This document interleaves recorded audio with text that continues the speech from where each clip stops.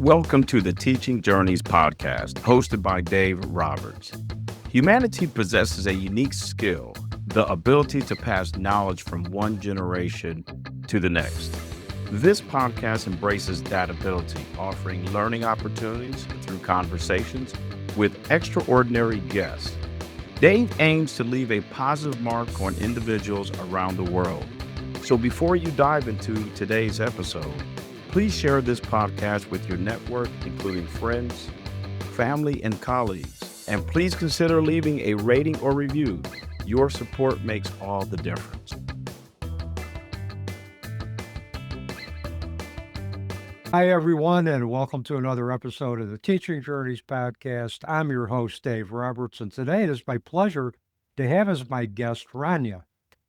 Rania is the podcast host for the Healing Train podcast with Rania, a certified relationship coach, EFT and Reiki practitioner, speaker, author, and a passionate change maker.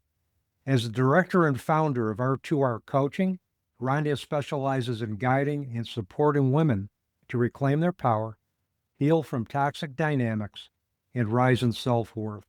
In her practice, she uses multiple energy healing modalities alongside talk therapy. Through her work, Rania aims to raise awareness about narcissistic behaviors across all relationship dynamics, equipping individuals with the tools they need to navigate and manage toxic situations. Born out of her own healing journey, she created an affirmation product line designed for practical daily use with personalization options to encourage self-love, promote a positive mindset, and elevate one's vibration. Rania invites those ready to embark on a journey of healing and self-empowerment to reach out, whether through coaching sessions, energy healing, intuitive readings, or personalized affirmation posters. Rania is here to equip you with the tools you needed to rise. And with that, Rania, welcome to the Teaching Journeys podcast. It's a pleasure having you on the program today. Oh, thank you, Dave. It's a pleasure to be here with you. And we have to give some props to John Emery. John Emery is the host of the Life Checkmark podcast, and he periodically gets other podcasters and would-be podcasters together on Facebook to discuss, starting a podcast. And we happened to be in the same room that night with John. We really hit it off. We found out that our stories aligned, and we wanted to get to know more about each other. And one pre-call later, we're here doing a podcast together. So I'm pretty excited about it. Yes, it's a small world, Dave, the podcasting world. I keep saying that. We just somehow find each other, and here we are. Well, the older I get, the smaller my world gets. I've learned that the people we meet don't come into our lives by chance. It's by pure design. Totally. I'm 100% with that. Anyway, I got a few questions for you. So whenever you're ready, we'll get going. I'm an open book. Go ahead, Dave. Perfect. First of all, tell our listeners about the experience or experiences that have shaped your life path and your life passions today. Well, I like that you say experiences. There's an S. You gotta slam that S before you gotta go, because it's usually multiple things that happen that are factors in who we are and the people we show up. So for me, I would say it all began from my journey of immigrating from the eastern part of the world to the western part of the world. You're in the US, I'm in Canada. So I had to experience change in culture, right? And that already was a huge shift for me. Add to that, the upbringing, the friendships, the relationships, all that kind of shape you and shape your life. And the other thing would be my interests since I was a child, right? From childhood, I was interested in studying human behavior. I know, very weird. Like, why would a child be so interested in that? But that's kind of who I was. I was always curious. And next thing you know, I was just looking into counseling and therapy and psychology. Now, my journey took me in different places, and I didn't end up going from my educational journey on that, but here I am doing what I love to do, just as I wanted as a child. That's interesting that you came into this world with a curiosity regarding human behavior. Did you ever think that maybe you brought that from a past life experience to account for having that immediate interest as a child? It's very possible because I actually was on a podcast once and I remembered this while I was on the podcast. It just came to me. I remember being an 8-year old sitting at my desk, probably doing my homework, and asking myself, why am I here? Like an 8-year old actually asking herself, what is her purpose in this life? And it's almost like there was a million questions happening at the same time, and I had no answers for them. Like, why am I here? What am I doing? What is my purpose? There's no way that I just came here to just do this, like grow up, study, grow, and then get married and have kids, because that's what you've been told, right? That's what life is about, like the program, right? And I was questioning all that at the age of 8. Yeah, that's interesting because we usually don't ask the existential questions until we get older or until tragedy befalls us, and then we start asking what is our true purpose. And 8-year-olds really don't have the ability to conceptualize. If anything, they're thinking more concretely than they are abstractly, and they're not going to ask those questions of purpose. Which I mean, to me, and there's been other stories of children who have come to this world very old souls, bringing in knowledge and information from past lifetimes that they could not have known, in this lifetime, and they just came with this immediate knowing. So when I heard that, I was compelled to ask you that question, and if you ever felt that there was a past life connection. I mean, I didn't know it at the time, obviously, at that age, because I didn't know anything. It's just that later on, life started to kind of show me the way. And I think it hit me at the age of 25, 26, I want to say. I was introduced to past life through a good friend of mine who introduced me to a book called Many Lives, Many Masters by Brian Weiss. Oh my God. Oh my God. That just opened, wow, a whole new world for me. And then I began exploring. I felt called. It felt like it felt right to go down that path, right? Just reading books and understanding more, and then eventually watching YouTube videos, and then attending webinars, and then finding people that came into my world that opened that up even more. And then I had a surreal experience, which I don't talk about much, but it's kind of like, briefly, let's say, like as if I regressed myself, if that makes any sense, in a moment where I recalled a past life and I kind of relived that moment. It's very surreal. I don't talk about it often. It's kind of like private to me, but like since we're talking about the subject, I'm just mentioning that I did experience a few things, that being one of them, where I wasn't imagining things. I wasn't going crazy. I remembered. And Weiss is an MD. He was firmly grounded in science until he met a woman whom he called Catherine, who introduced him to the possibilities that we live in a multidimensional universe, that the past lives that our soul lived can certainly impact the challenges that we have in this lifetime. Yeah. And he perfected the art of past life regression therapy. And I believe he certifies many individuals in past life regression therapy, but that book really gave me a different perspective too, in terms of, the permanence of the soul, the eternalness of the soul, and also the free will of the soul to reincarnate into the physical experience to contract for certain challenges for the evolution of the soul. So this gave me, among other things, among other teachers, a whole different perspective on life, death, and life after death. Totally. I agree with you. I knew there was another reason we aligned. We both are disciples, so to speak, or actually advocates for Weiss's work.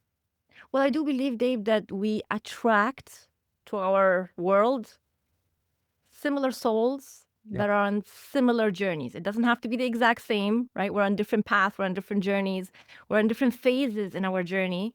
The ones who don't align with you anymore start to kind of like drop off, right? Now, we as humans get attached and we want to hold on to the people that we know. I mean, it could be our family, it could be our best friends, right? But if we become worlds apart as far as who we live to be and how we choose to live our lives, like our core foundation of life starts to be like, more distance and distance, then yeah, these friendships kind of disappear. And that's okay. It's no one's fault. It's just that we're on different journeys. And there's no right or wrong. It's just that where you are on the journey now.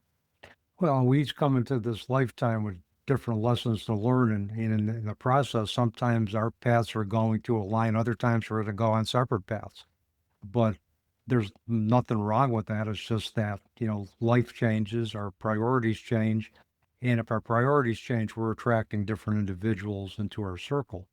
But I want to shift focus for a second. I know you do a lot of work with individuals who are involved in toxic relationships.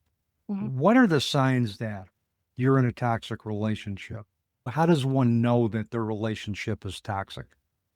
Usually the individual that's in the middle of it is pretty blinded because they are finding justifications and excuses. And one of the things people normally do is to believe that, hey, well, I'm not perfect either. So I guess my partner's shortfalls or mistakes, it's okay because I also make mistakes. I also have these quirks, let's say, right? But what I encourage people is to ask questions, ask themselves these questions. And some of these questions could be like, does this relationship fulfill you? How does it feel in your body? Do you feel tense? Do you feel relaxed when you're around this person? Are you on edge most of the time? How is the interaction like? How do you feel after having an interaction of some sort? Again, whether it be you're in a dating relationship or it's a marriage. Do you feel joy? Or do you feel confused? Or do you feel frustrated? Do you feel unheard? Do you feel drained that you just want to sleep because you're just so tired of whatever this interaction was? Are you getting into arguments all the time? Is everything turning into an argument? What happens when you voice your opinion? Are you being heard? Right? Are you being dismissed? Like your feelings, are they being dismissed? If you express your feelings, like this is how I feel, or whatever. How's the other person responding to that? These are the things we need to be mindful of, right? It's when we ask ourselves these questions. But most of the people don't ask these questions, unfortunately.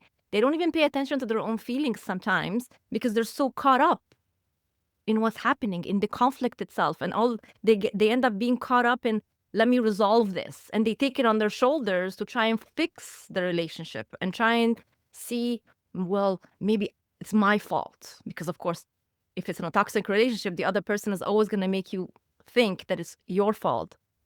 And when they insinuate that, you start to question yourself, right? You start to doubt your own sanity. There are big terms that we use these days, which is like they're gaslighting you, they're manipulating you, they're controlling you. These are all forms of emotional, psychological abuse. And while people in the relationship aren't going to know that what's happening is considered emotional, psychological abuse, because of course they're not, right? But monitor the behavior and monitor the pattern of the behavior, right? We're not here to try and just put labels and say, okay, well, this person is a narcissist or whatever, right? Or this person is toxic. The relationship itself could be toxic, even if the person isn't a narcissist, right? Now, they could be a narcissist, but again, the person themselves aren't going to know or isn't able to diagnose, right? That's if you get involved into therapy. But generally speaking, you need to pay attention and ask yourself these questions and don't dismiss what's happening, especially with inappropriate touching. A lot of people don't see physical abuse or violence in a relationship because they're dismissing a hand-holding in a tough way. That's not appropriate. If it's making you uncomfortable, if it's crossing your boundaries, okay, let's not call it physical abuse, but it's inappropriate. They crossed the line. Yep. They crossed the line with you. So I want people to be mindful of these things and not dismiss them. Yeah, I think it makes sense. And when you mention relationship violence or relationship rape, that occurs more frequently than it's probably reported because well, we're in a relationship, it just got a little bit out of control. It's not going to happen again. But once that pattern surfaces, it doesn't usually go away, particularly if you're talking about toxicity.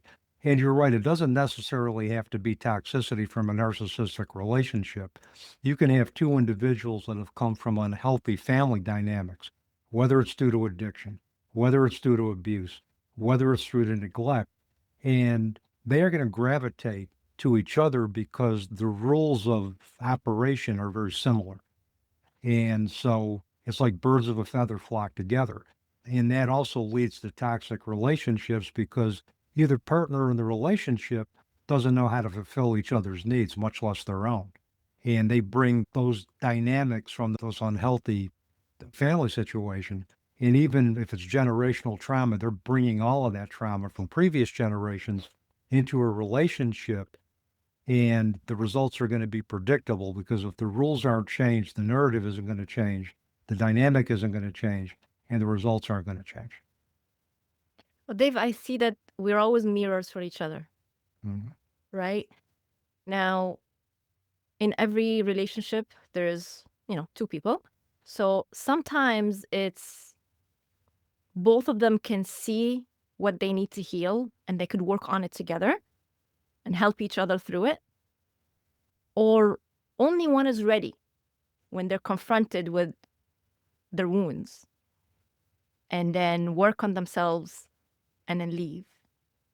And then that leaves that person to do the work, maybe in the next relationship, and maybe they don't. And maybe they continue that toxic pattern over and over and over and over. And whoever comes into their life either figures it out and leaves when they begin their healing journey, or they stay stuck in it next. But bottom line is what I'm saying is that we're always mirrors for each other. And that's why I've come to terms with all of my toxic relationships that I ended up in. In my healing journey, that's where I reached to. That's the conclusion I reached to, is that they were there to show me what I needed to see. Now, it's not okay what they did to me. That doesn't excuse their behavior, right? But I learned to forgive them and let them go and just release them. Just release them. They did their part. I believe, again, like my own beliefs, that we have soul contracts and we choose these people in our human experience while we're here to learn our lessons and to heal our traumas, including generational traumas, as you mentioned. And they show up and they did the role. So I thank them. They did what we were supposed to do. Okay, I don't like it, but they did what they're supposed to do. And then it's time to move on and let them go. And now it's time for me to go to the next phase. And I'm going to continuously be confronted and healing something throughout my journey. Well, you're right. We're mirrors for each other. I mean, Debbie Ford calls it, we're a microcosm of the macrocosm. We contain every emotion, every thought, every feeling, and we're in service to each other when we can mirror that.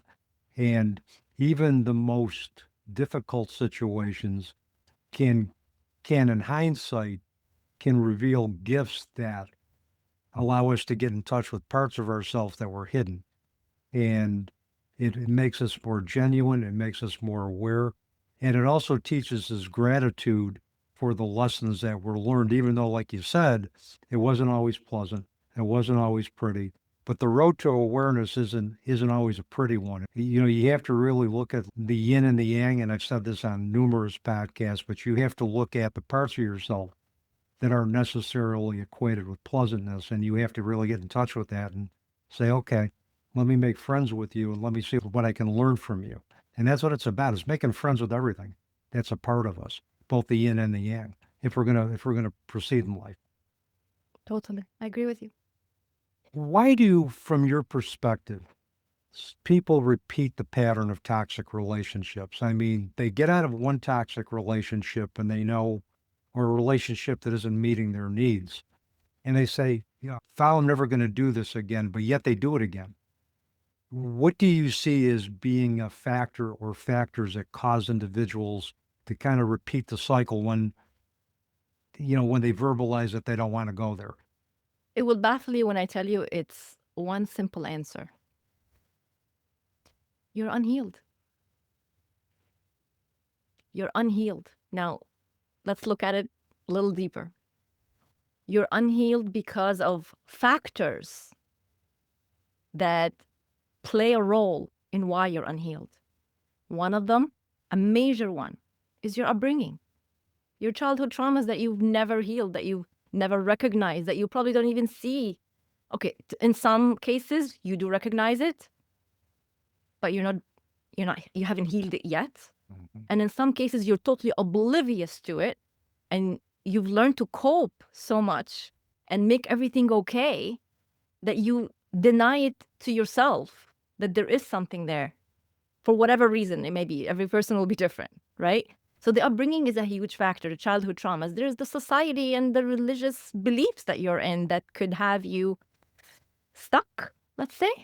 Mm-hmm. You're following what's expected of you. You want to fit in into the culture, into the society, into the religious beliefs. And because of that, you don't dig. You don't ask the questions in which it would lead you to being on your healing journey, right? And then there's like your personal experiences of seeing that if you're not seeing anything wrong, if you're not seeing the pattern, if you're not being honest with yourself, because when you're aware, when there's the awareness, when you do the self-reflection, when you look at your own video of your life, your slideshow, it takes that courage to look at those patterns and then see that you are the common denominator in every single scenario that you've been in. Now, we're not saying that it's your fault that you're in a toxic relationship, okay? What we're saying is that there is a reason why you end up falling into one over and over again.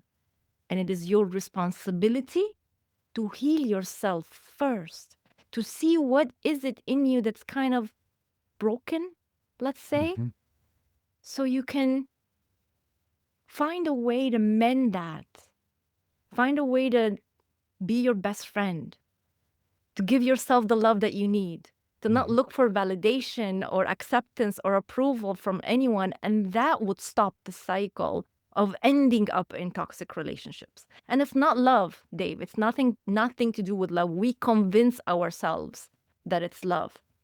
But really, it's you not knowing your self-worth. You not knowing what you deserve. You being in a cycle, in a pattern of people pleasing and just fitting in with the crowd and doing what everybody else is expecting you to do. But the moment you stop and you learn who you truly are and you stand in that, then you start to break the cycles. I think individuals who end up being in relationships that they are shortchanged and they don't see their true value within themselves, so they put themselves in situations where their value is not going to be validated. The other thing, I was reading this somewhere, and I think this might have been attributed to Freud, is that we attempt to recreate trauma-based situations in an attempt to heal them. And we try to recreate it and recreate it and recreate it. Problem with that is that if you don't have the skills, if you don't value yourself for one thing, and you don't have the skills to really deal with those dynamics, you're going to recreate it, and the results are going to be the same because you won't know how to get yourself out of it, or get yourself out of it with your self-worth intact. But it's almost like, yeah, I mean, as he suggested, we kind of recreate the situations that contributed to our trauma in an attempt to heal it. We put ourselves there. Yes, I agree. I've read that as well. Good. Then I wasn't hallucinating. You're not the only one. No. You're not Good, the I'm only one. I read Okay. it as well. Perfect. What about relationship grief? Have you ever encountered that with individuals that you've worked with? Is there such a thing as relationship grief? And if so, what is it? What does it look like? Totally, Dave. There's definitely relationship grief. And yes, with people I've worked with, but also with myself, right? And I'll speak about myself more. And it's grieving many things that we don't pay attention to. We grieve the dreams and the hopes that we built around the relationship that we got into that now is over. That's a huge one. Because whenever we get into something, we always are excited about what we're going to do and what's it going to look like. It's kind of like we build a fantasy. We live so much in the future And that's one of the things we need to learn, is to live in the present moment and not focus too much on the future. But it's inevitable. It's human nature to start dreaming and making plans, right? So when you do that, maybe you've built an identity of yourself and your life and your career around that person. So when that is gone, you're grieving that too, right? You're also grieving time that you've spent with this person, right? Efforts, a lot of effort. You could sit there and recall all the late night texts that you spent working it out, right? Putting all your effort into people please, to try and fix the situation. Meanwhile, it was never yours to begin with because it was not supposed to. You grieve the money that you've spent, and I know that's a funny one, but I mean, we've all spent money on our loved ones, on our partners, whether it be, again, dating or in marriages. Dave, if I were to calculate all the money I've spent on gifts, on people, I'd be in a better place right now, financially. I'm just kidding. But I mean, they've spent money on us too, right? Like it goes both ways. It's not just one way. I'm just making a joke out of it. But I mean, all that stuff you could be grieving. You could be grieving the person you thought they were. That's a big one.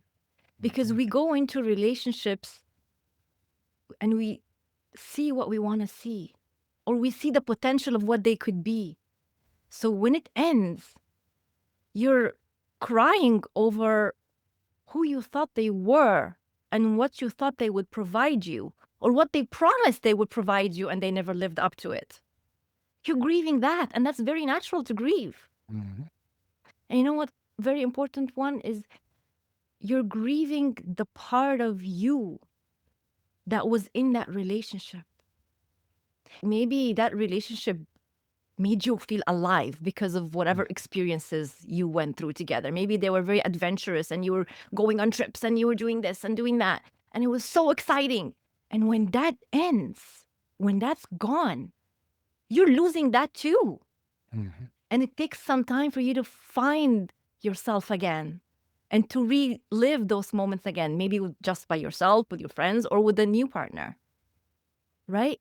You also grieve losing their friends and family that you were attached to. See, when you're with someone in a relationship, it's not just them. There's a whole other world there. And many times when you lose them, you lose everything else.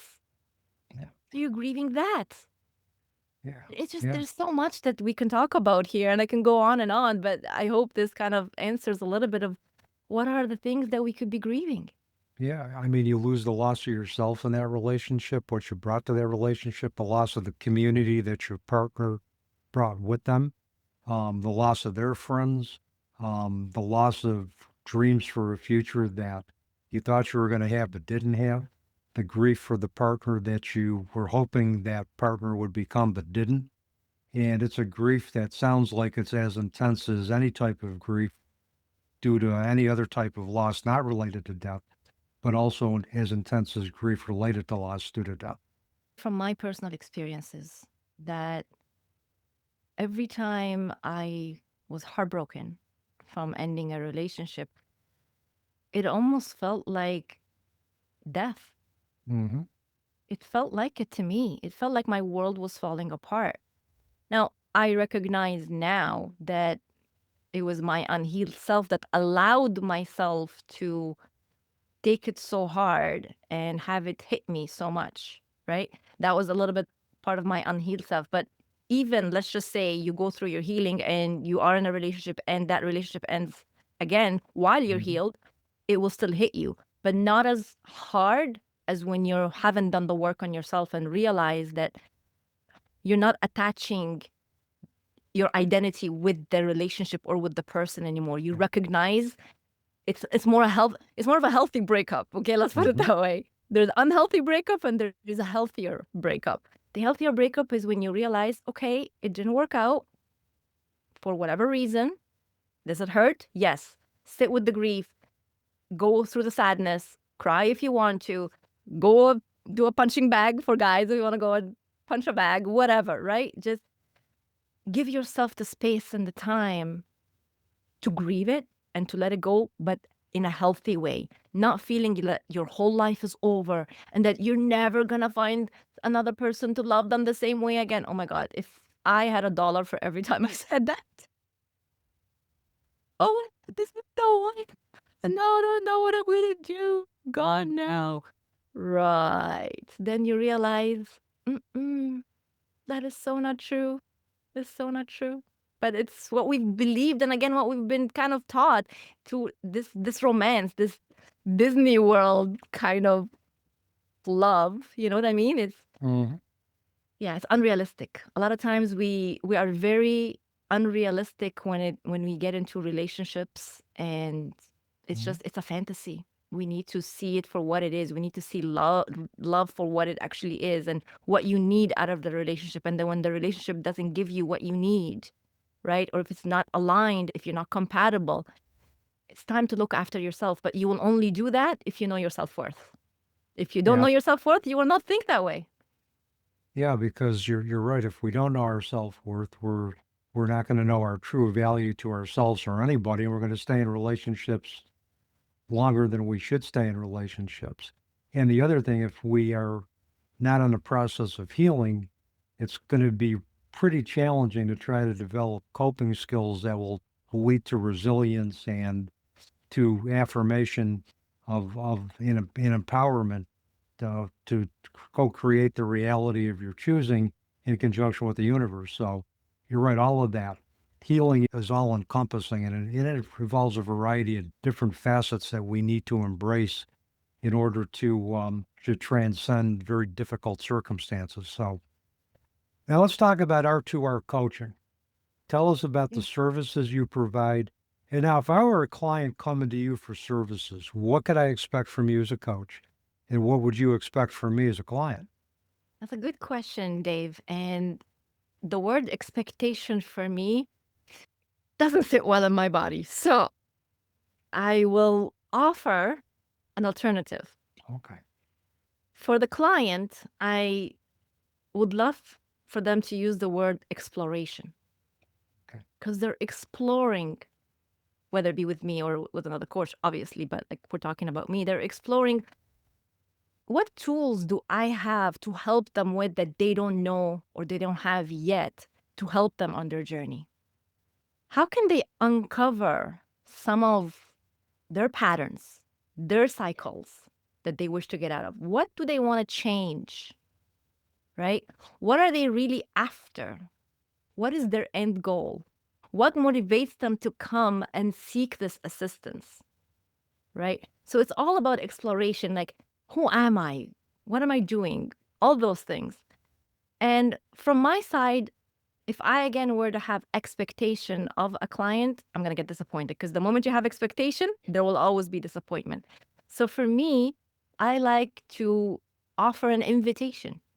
I'm inviting you to come into my world and see how I can assist you with whatever it is that you need to help you dig deep within yourself to do the inner work, right? Maybe there's something that needs healing. So, what I invite you to is to be ready to be uncomfortable so you can be comfortable. I invite you to commit to yourself because that's what it is. It takes a commitment to oneself. Before you commit to me as your coach, you have to commit to yourself. You have to commit to the work.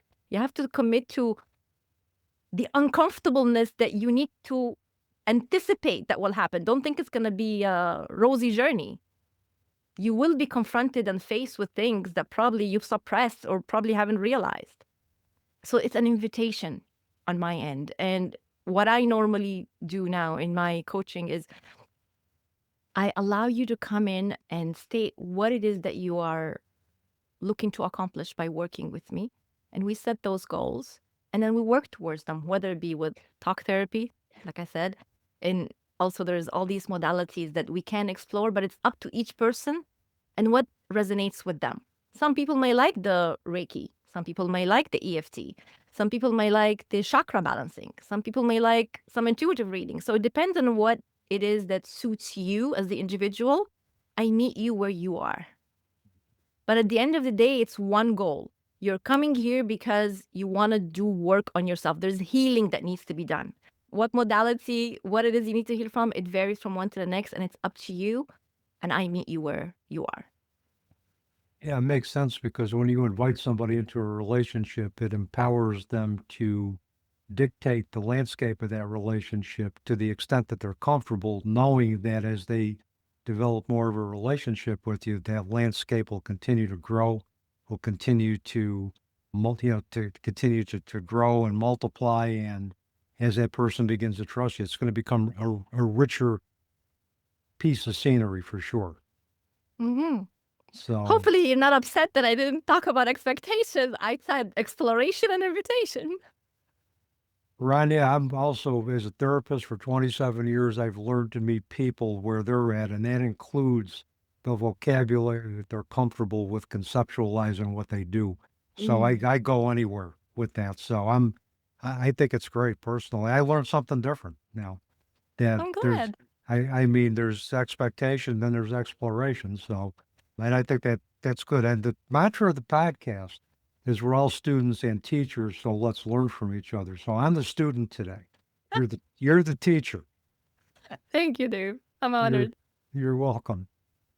Um, the Healing Train podcast. Tell us about the Healing Train podcast. How does it align with your work with R2R coaching? So let's go there for a bit. Tell us about the Healing Train podcast. The Healing Train podcast is my baby. I'm so proud of it. It was just an idea once upon a time, and a lot of my friends have encouraged me to go and start a podcast. And I was like, yeah, okay, one day, one day, one day. And you know what? That day came where I just took action, right? And I made it happen. So my motivation for that podcast comes from a deep desire that I want to turn my personal experience in healing, obviously, as I've mentioned before, from narcissistic relationships and abuse. And I want to make it into something meaningful for others, where it's a space, a safe space where they can come and listen to stories, discussions, conversations, even controversial at times, that we need to bring to the table. Because, like you said, there's always something to learn. And I also believe that my episodes, my show, it will land for the right person at the right time. I totally believe that with all my heart, that it will find them when they're ready for the message. You know how sometimes we pray and we're asking for a sign?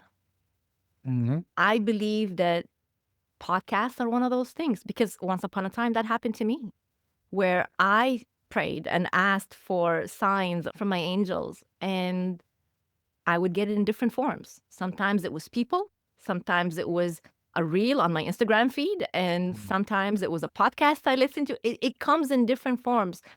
So I feel that my work here is very sacred, where every show that I record, whether it be it's just a solo episode or with a guest, I know that one, is going to listen to this and it may either change their life completely just from that listening, or it may be the seed that gets planted for more digging, for more signs, for more things to happen in that person's life. And it will be for the betterment of that person's life. Yep. And that's why I do what I do, Dave. And I will keep on doing it until I no longer can, but I will keep on doing it because it feels like it's a calling. It's now it feels like a responsibility that I have, that I must show up authentically me, not sugarcoating things, not hiding things, and bringing on guests that are aligned for the message that I want. And it's mainly to rise from your trauma, to heal, and to become empowered. And those are three concepts I can get behind because, I try to keep with the guests that I have on my podcast. These are individuals that have risen up from trauma, that have become empowered, and are willing to teach my audience what they did to get there. So, and yeah, I think what I've discovered about the podcast industry is the podcasters that are in it many of them basically are about the message. They want to put a product out there that's going to make a difference in the world. And, as John Emery has said, the cool thing about podcasts is that you can record a podcast and a year later it's still there and somebody picks it up and it has meaning for them. And, and that's something that I think is an extension of the service work that we've done as a result of our own challenges. And I think it's a great tool. Totally. And perhaps, Dave, that was part of my soul contract. I just didn't know it until now. Mm. Well, we come into this life with a soul plan, but there's a lot of flexibility within the plan. That's right. Correct. I mean, the human experience can dictate a change in strategy, but it's still all part of that. It's still all part of what we came here destined to do and to experience. So it's a play for me now. It's like, oh, okay, let's see what we're going to do next. Let's see where the next part of the journey is taking me. There's a lot of unknowns. Yeah. I used to be so uncomfortable with the unknowns, Dave, but now I'm like, okay, I have no idea where this is going. No idea how I'm going to make this happen. Let's do it. And there's so much fun doing it. And that's the play that I'm talking about. Of course, there's going to be challenges with everything else in the human experience. But if I sit there worrying and stressing over those challenges, then I'm not living the experience. And I notice also, Dave, that it's not about the outcome per se. It's not about that destination. It's the journey itself and getting there. Yeah, it's what we learned throughout the journey. It's what we learned for our greatest development as a human being, for our soul's greatest development. And the other thing, when we release the expectations, which is one of the hardest things in the human experience to do, because releasing expectations means we're relinquishing control and having blind faith that the universe or God is going to reveal a plan that was meant to be our plan all along. But when we do that, it's liberating because we're essentially relinquishing that control, and trying to keep control over everything requires a lot of energy. It's tiring, it's stressful, it's frustrating, and like perfectionism can never be attained. So control, I've learned, is an illusion. Well, Dave, you just described a narcissist. That's what it is. We're talking about that earlier. So that's what narcissists do. They are all about wanting to control everything. And that's why they're frustrated and exhausted. And they are wounded souls. They're wounded. They are wounded. And they just want to be loved. They just want to feel accepted. They want to feel that they matter. They just go about doing it the wrong way because they've learned these coping mechanisms, and they figured that, hey, when I'm a bully, and when I get my way the hard way, I get what I want. And you have people who are unhealed that end up falling in the trap with them, and they become enablers to that behavior, and it continues.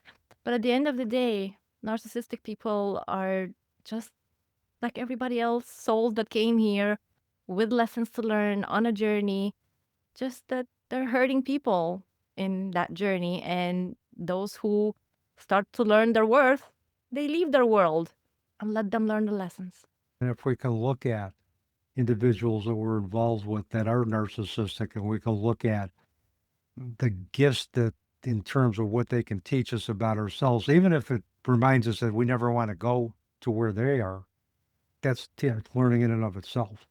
And I think the hardest thing in the human experience is to realize that not everything good has something to teach you. It may be, things that we judge as not being so good that has something to teach us, but we have to have the courage, the conviction to stay with that energy so that we can get the most out of that for our own growth and development.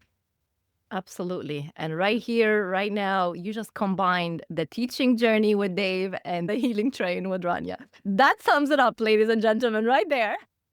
It's nice to be able to come to that type of synergy and integration of different podcasts and philosophies. So, Rania, you've left our listeners with so much good stuff today, but I'm going to ask you to dig into your mental resources again.